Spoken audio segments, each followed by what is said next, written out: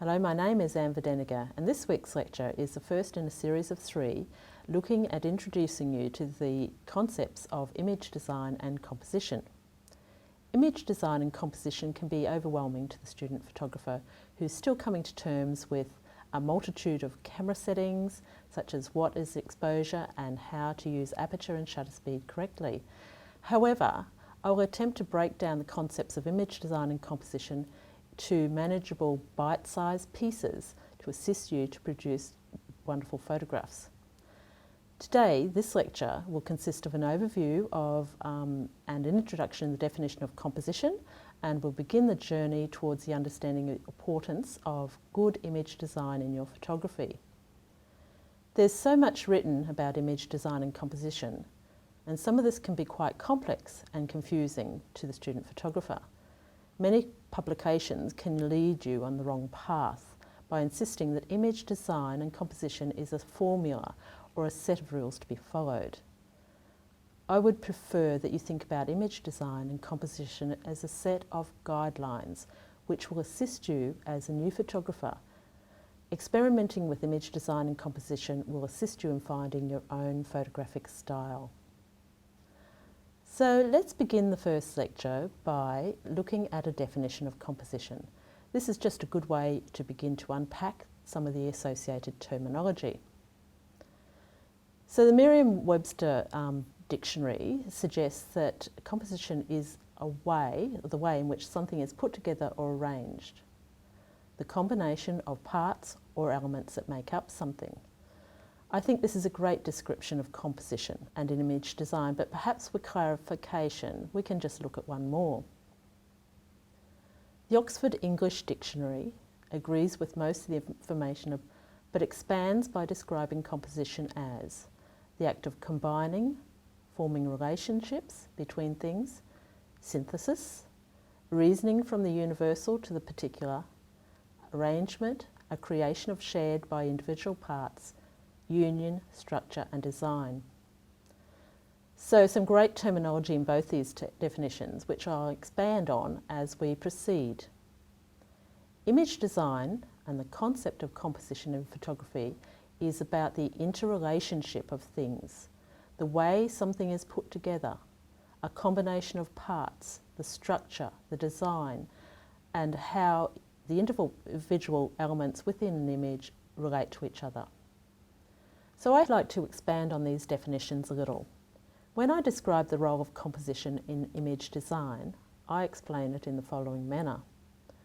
Composition is a term to describe a set of instructions used to create order and visual appeal in a photograph. When talking about composition, I'm actually referring to the pictorial design of a photographic image. That is, the conversion of a 3-dimensional scene or objects into a 2-dimensional representation, a photograph. This needs to be done without the loss of integrity of what is before the camera lens. So we as humans are hot-wired to see and interact with the world around us in a certain manner. This is a carryover from our hunter-gatherer days and is an inherent survival skill. Our eyes see and brain interprets visual stimuli, features such as contrast, line, shape, movement, colour and angles. So when we incorporate such visual elements into our photography, it provides a platform for the viewer to travel through our image, to begin to understand an underlying narrative and to have a sense of what is the centre of interest in a photographic image. Composition also describes how elements are placed and interact within the frame. What I'm referring to is that relationship between the elements or objects in a photograph. It's a structure, the overall structure of a photograph. Whilst a visual artist or a designer has the luxury of organising or synthesising graphic elements within a space, whether it be a canvas or a wall or a computer screen, and the work is an interpretation, not a realistic representation of what is seen, a photographer, however, has to work a little harder to create a well-designed photograph from the reality of what is before the camera lens. As photographers, how we see and what is captured is defined by the aspect ratio of the camera that we're using. This becomes our frame of the world before us. The elements, the visual elements, are static. However, as we change our angle of view or move around the subject, it changes completely the dynamics of these elements within the image. With practice, you can become quite adept at seeing through the camera lens, always looking for that pleasing arrangement of elements. So composition also assists a viewer to read your image. In Western culture, we read from left to right, top to the bottom of the page. We're conditioned to look and read a photograph in a similar manner. This is a visual language. When someone who has a similar set of visual language skills to you looks at your photograph, they'll be able to read and interpret the image as long as you have embedded visual clues for them. This is one of the roles of composition. We'll look at this concept of visual language in a more in-depth manner when I speak about compositional principles in a later lecture. The placement of elements within the frame in a dominant or subordinate manner will suggest to the viewer what is the most important subject matter within the photograph. So composition is also a term which refers to the visual arts, design and photography in a similar manner. The fundamental principles of composition are the same for all the visual arts, design and photography, as well as for music and dance. In fact, we as photographers have borrowed many of the concepts and theories as well as terminology referring to composition from visual artists who have refined them for centuries. Image design and composition is all about how elements of the scene before the camera are organised within a frame. Composition is so deeply embedded into our visual culture, it's also used extensively in advertising and marketing. Principles of composition have their origins in mathematics and early science. So don't think that composition is a new idea. Some of these concepts have been around for centuries and have their origins in early philosophy, sciences and mathematics. Science and the arts have had a parallel journey for centuries, so it's no surprise that when we speak about composition, there's so much research to support these theories. When I begin to talk about the principles of composition in Lecture 3, you'll see the link between the earliest sciences and mathematics and how concepts such as Fibonacci, golden ratio and golden mean relate to photography and modern notions of image design and composition. So, image design is the manner that you, the photographer, decide to bring together compositional visual elements within a single photograph. It may become part of your identifiable style as you progress as a photographer. To continue to unpack this idea of elements of composition and the visual elements of composition, we'll have a look at some examples. So when I talk about the elements of composition, I am talking about, of course, line, shape, form, and the fourth one that we'll look at in this first lecture is repetition and pattern. So, what's line? The first element, line, is a simple but powerful method of improving composition in your photographs. This element can assist the viewer to transverse from one part of the image to another. That is, it leads a viewer on a journey through the photograph. This photographic element is sometimes referred to as leading line, and leading lines can create depth and perspective in a photograph, especially when there's an obvious strong line from the foreground to the background. By placing your subject in the photograph where these lines converge, it will have the effect of drawing the viewer's attention to the subject and can imply importance. These lines, or leading lines, can be straight, curved, irregular, or implied. They can run horizontally, vertically, diagonally through the frame. So looking at these images, so the first image that I'm showing you today is this. It's just a simple image of a road. The most obvious lines in this image are the white lines of the road, which converge to a single vanishing point in the distance. This suggests a huge distance. It provides a feeling of depth in the image. So the diagonal lines in the photograph also create this sense of action. They entice the viewer to travel backward and forward from foreground to horizon.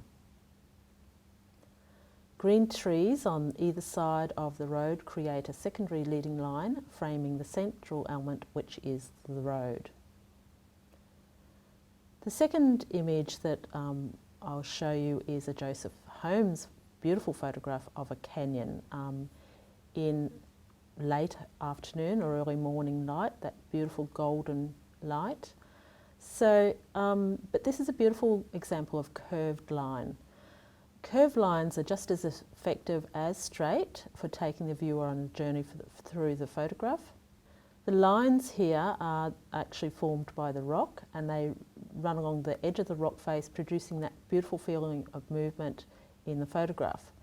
The viewer enters the photograph from the bottom right-hand side, where the lines appear wider. These lines then converge toward the background, creating that, once again, that feeling of wide open space and deep perspective. A line may be implied by shadow and highlight.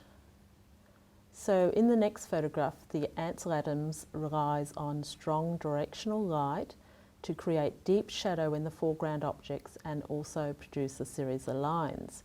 So its work is in a field, and without that strong contrasty light, you wouldn't have that same dynamic line appear. Diagonal lines are interrupted mid-ground when the second area of lines appear to run horizontally left to right, forming a flattened texture and creating division between the foreground and the mountains in the distance. The workers spaced intermittently along the rows create their own series of lines. These are implied lines. So your eye fills the gaps. Because the workers are spaced intermittently, they create a repetition or a pattern. So this image from Ansel Adams it contains diagonal, horizontal, vertical lines, as well as implied lines in its composition. The next photograph from Meyerowitz is also implied line. So looking at this image, and we have two young men, one is holding a toy gun, the other one is leaning against a police car, shot in the US, some in the 50s by the look of it. But we have a couple things going on in this image. So if we look at the boy on the right-hand side of the frame, he's pointing the gun directly at the police officer sitting in the car. And he's gazing back with an expression which isn't really pleased. The line runs from the boy, he's pointing his arm, the gun towards the police officer. The young man leaning against the car has his hand outstretched and onto his bicycle, on the handles of his bicycle. So the eye runs from the boy on the right towards the police car, to the boy on the left and back. So this is an implied line. It's because of the similar objects, the subjects, the two young boys, but also the gaze from the police officer back to that young man with the toy gun. So we'll move on to shape. So what is shape? Shape is created when, in a photograph, when lines merge. So that is that they are a result of a closed line. This element, shape, can create structure and organisation in image, and it may be defined by areas of colour, tone or texture. So shape can be organic or geometric, or in a single photograph there may be a mixture of both. Remember always though that shape describes two-dimensional representation. Once again, to better understand this compositional element, let's look at some example. The first one I have provided for you is a photograph of one of the pools. I think it's at Coogee or somewhere in Sydney, but it's from Peter Eastaway. So when you look at the image, there's a well-defined geometric shape of a man-made structure, and it's contrasted against the other shapes or the organic shapes of the rocks that this structure, the pool, is embedded into.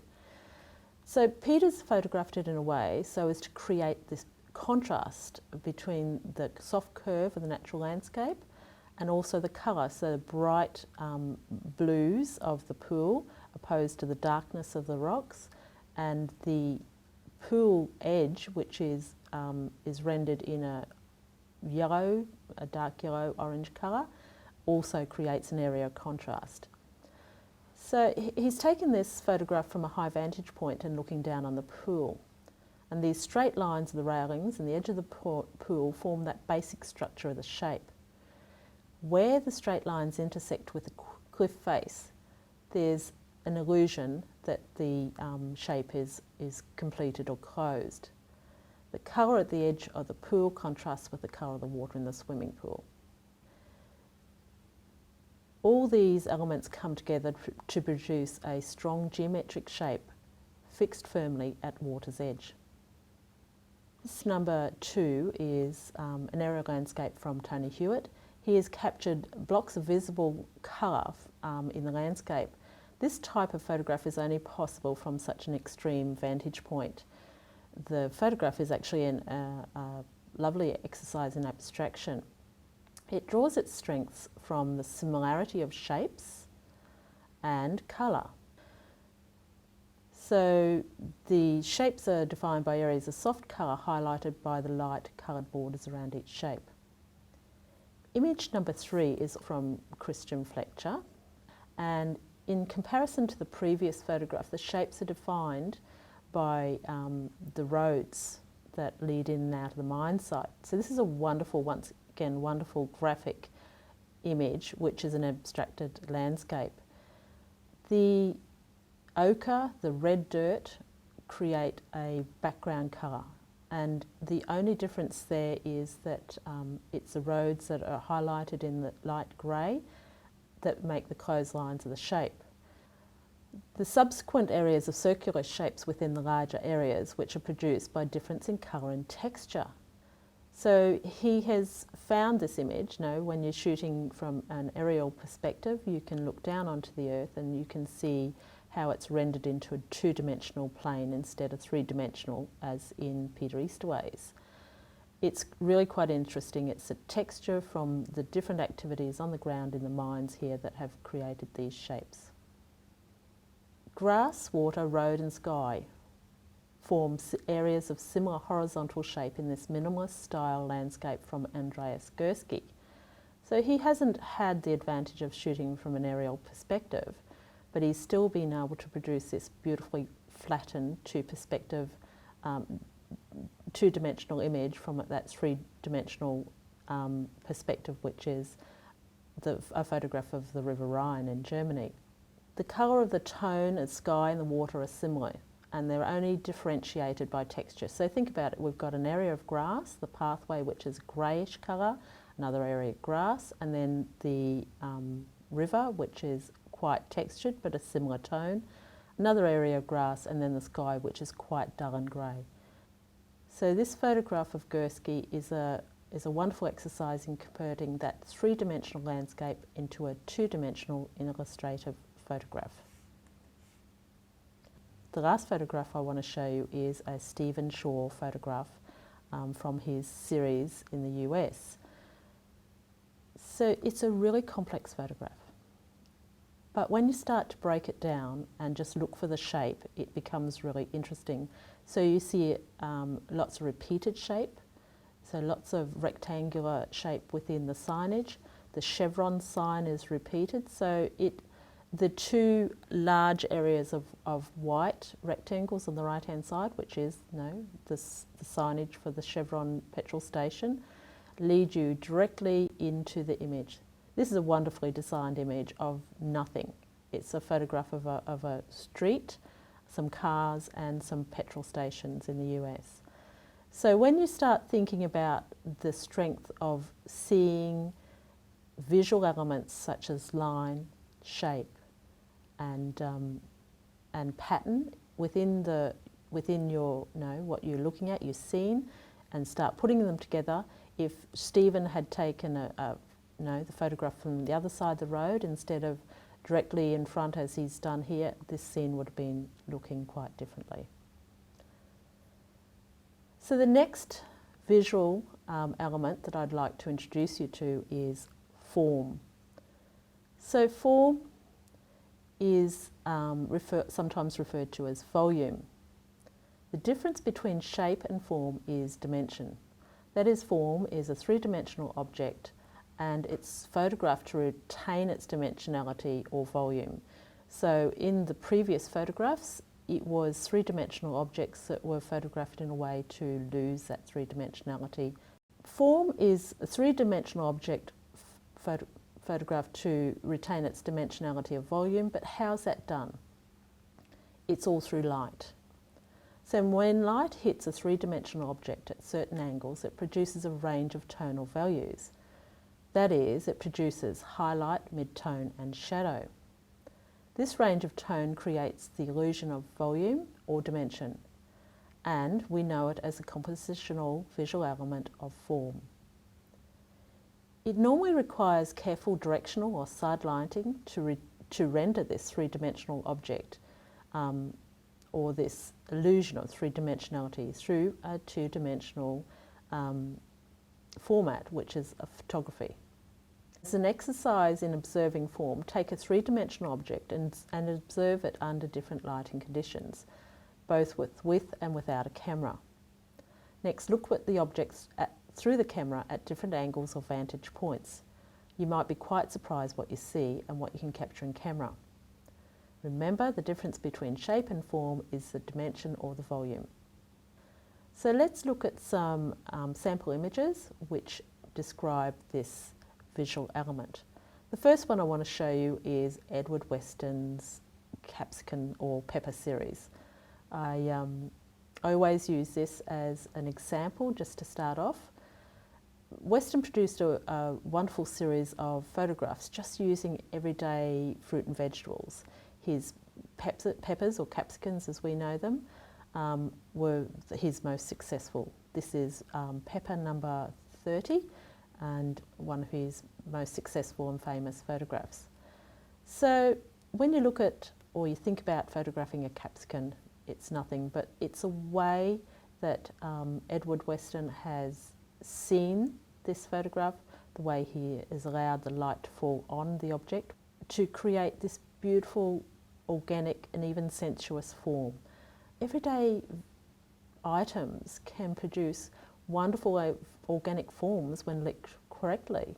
It's the highlight and shadow supported with that range of tones which creates this beautiful illusion of dimensionality. I came across this a Japanese photographer, Hiroshi Sugimoto. He's produced a whole series of abstracted photographs of architectural forms. So when we look at his work here, this first photograph, which just looks like the base of a tower or maybe one of the supports for the freeway, you look at and the main light is falling only to one side of the structure and it's producing these beautiful bright highlights and deep shadows. And it does create that illusion of dimensionality. But it also takes, once again, abstraction, so it takes it away from its purpose. It's no longer a support, but it's just this exercise in beautiful, sensuous shape and form. There's the cross lighting or that side lighting also picks up detail or the texture of the structure as well. So have a look at this photograph and examine it, and you can see that there's linkages between the curves, so just a line will provide you a link. But it's, when we think about form, it's the application of light, single light from one direction, which creates that illusion of form. I'm going to give you another one of Sugimoto's because I just want you to see how an everyday object can actually be transformed into such a beautiful photograph. He's producing beautiful photographic objects out of this everyday industrial forms. This photograph is another example from Hiroshi Sugimoto of form produced with strong side lighting. This time it's quite an industrial form. You can see how the light seems to wrap around the object, producing highlights that suggest roundness or volume to this cylindrical form. So remember, the difference between shape and form is dimension. To create this dimension, you must have the main light coming from one direction, wrapping around the object and producing deep shadow and bright highlights, with a range of midtones. Learn to see and to observe this in your environment and with natural light. It's quite easy to see in urban or industrial environments. Or as I suggested, take a three-dimensional object, choose something with nice roundness and observe it under natural lighting conditions. So just one more of these visual elements for this lecture, and we'll continue in the next series, in the next two lectures. But repetition and pattern ties in quite beautifully with those first visual elements of line, shape and form. So in a photograph, pattern is created when a single element is repeated in an ordered fashion. So that means any of the previous singular elements, visual elements, line, shape, form, when repeated in an ordered fashion will produce a pattern. Pattern creates underlying structure to a photograph by bringing multiple elements together. Pattern keeps the viewer engaged with multiple elements in a photograph as the eye tracks from one similar object to the next. Don't mistake pattern for texture. So what's the difference between pattern and texture? Pattern is a single element repeated, whereas texture describes the surface of an object or a subject. So just one more of these visual elements for this lecture, and we'll continue in the next series, in the next two lectures. But repetition and pattern ties in quite beautifully with those first visual elements of line, shape and form. So in a photograph, pattern is created when a single element is repeated in an ordered fashion. So that means any of the previous singular elements, visual elements, line, shape, form, when repeated in an ordered fashion will produce a pattern. Pattern creates underlying structure to a photograph by bringing multiple elements together. Pattern keeps the viewer engaged with multiple elements in a photograph as the eye tracks from one similar object to the next. Don't mistake pattern for texture. So what's the difference between pattern and texture? Pattern is a single element repeated, whereas texture describes the surface of an object or a subject. Okay? So let's look at the final series of photographic example, this time illustrating pattern repetition. So the first photograph we'll look at is a beautiful image from Tom Putt. So he's captured a succession of power poles that are transversing diagonally across the blank canvas of snow-covered landscape. There's a number of repeated singular elements in this photograph. If you start to look, you'll see them. It has horizontal, vertical, diagonal, as well as curved lines. However, it's the relationship between these lines and their repetition which produce a beautiful rhythmic pattern and ultimately a great photograph. Can you see how the first image close to the camera is larger, and when you look towards the bottom right hand side of the photograph, as the poles disappear into the background, it's like that converging line from the road in the first example I showed you. It suggests depth or distance in your photograph. So also notice that Tom has set one of the power poles, when he's framed this image, quite close to the left-hand side of the image. This is your entry point for the viewer. As the poles trail off, they become smaller and converge. This produces an illusion of depth and perspective. So the next photograph is a little bit more complex, and it's an image from Michael Canner. It's another snow photograph. It provides you just with simple imagery, black and white. This photograph, shot in China, is a photograph of structures that they use to dry seaweed. The blank whiteness of the snow provides a great black backdrop for the pattern, once again, and it's the horizontal as well as the vertical lines of the structure as they wind through the landscape in soft curves that take you on a journey from the beginning, the front of the image, right to the back. It appears Michael Canner has chosen to frame the photograph so that the central part of the image, there's a number of darker lines. So these really become a strong focal point and the dominant area of the image. It's a really busy photograph, but it works because of this contrast between the dominant line as well as the less dominant just patterning created by the vertical uprights of the poles. The next one is from Nick Rains. So it's a much more complex example again, but easy to understand when you start to unpack it, looking at just those visual elements that I've been talking about, which is line, shape and form. So in this photograph, a series of pattern is produced from the architectural forms. So each one of those architectural forms, the big archway in the centre, is mirrored either side by the two smaller archways, all the same shape, just some are smaller than the other. But also the design around the archways is mirrored and similar. It's quite beautiful. So it's a decoration of the fine pattern and the organic decorative shapes.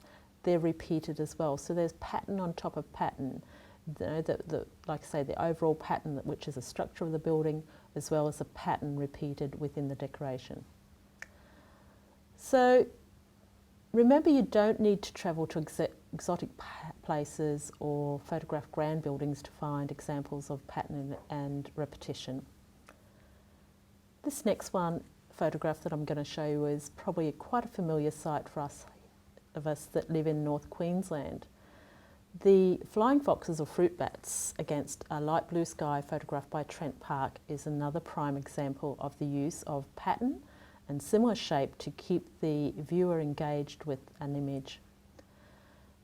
It is an easy photograph once you've set up your exposure. Just wait for the moment and take a series of photographs.